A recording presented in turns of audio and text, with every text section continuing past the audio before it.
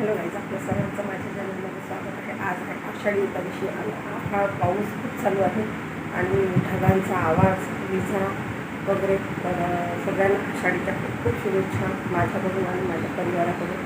असं ते श्री विठ्ठल आपल्या सर्वांच्या इच्छा पूर्ण करून हीच विठ्ठलाची आपली प्रार्थना. तर आज पूजा खूप महत्त्वाची आहे आणि आज आहे देवशैनी एकादशी. तर या दिवसापासून देवाचं जे कार्य आहे ते 4 महिन्यापर्यंत सगळे देव आपापल्या जशी एक ड्युटी लागते तशा सगळ्या देवांची एक प्रकारची ड्युटी लागते. कारण जसे देव चातुर्मास चालू होतो किंवा देव झोपतात 4 महिने, तर त्याप्रमाणे सगळे देवदेवता, पितृ वगैरे सगळे आपापले कार्य पृथ्वीवर करतात किंवा आपल्या पृथ्वीचं रक्षण करतात. तर चला मग तुम्हाला मी पूजा कशा प्रकारे करते ते तुम्हाला दाखवते.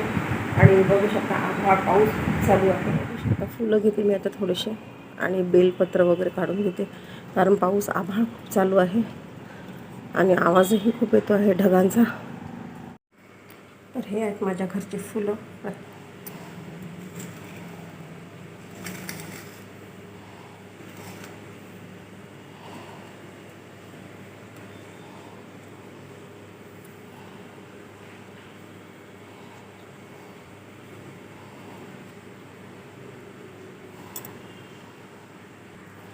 आणि मी हे कालच तोडून ठेवलेले आहेत, कारण एकादशीच्या दिवशी तुळशीला हात लावू येत नाही.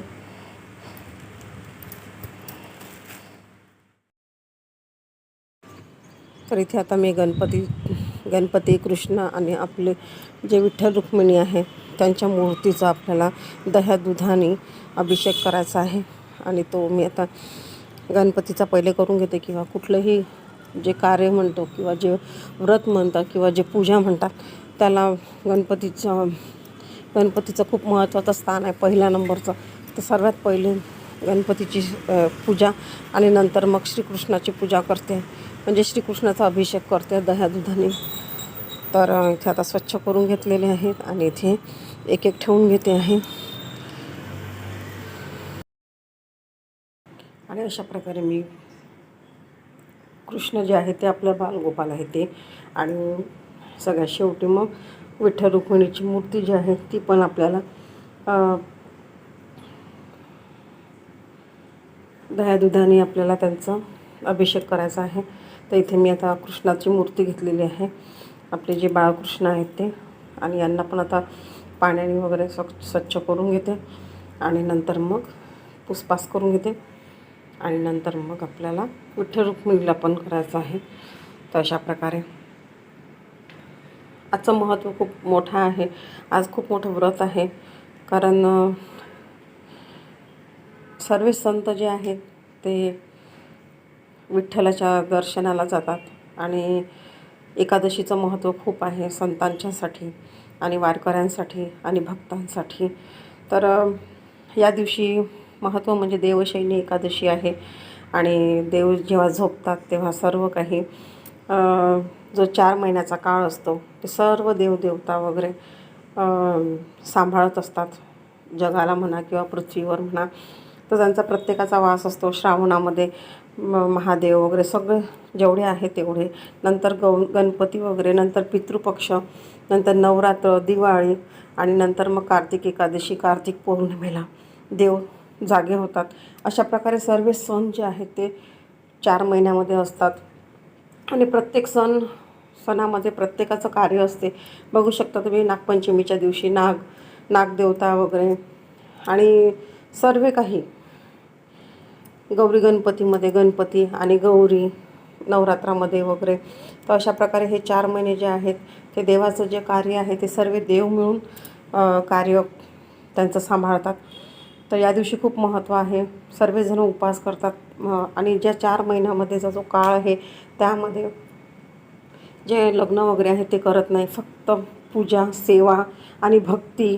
जेवढं तुम्ही देवाला प्रसन्न करून घ्याल तेवढे हे 4 महिन्याचा काळ असतो. तर अशा प्रकारे बघू शकता. आता वस्त्र पण घातलेले आहेत मी, कृष्णाला पण वस्त्र घातलेले आहे, त्याचा पण व्हिडिओ टाकलेला आहे. आणि विठ्ठल रुक्मिणीला पण वस्त्र जे आहे ते बनवलेले आहेत ते पण घातलेले आहेत. आणि याचं दागदागिने वगैरे आणि पूजा, अष्टगंधक, बुक्का जे महत्त्व आहे ते.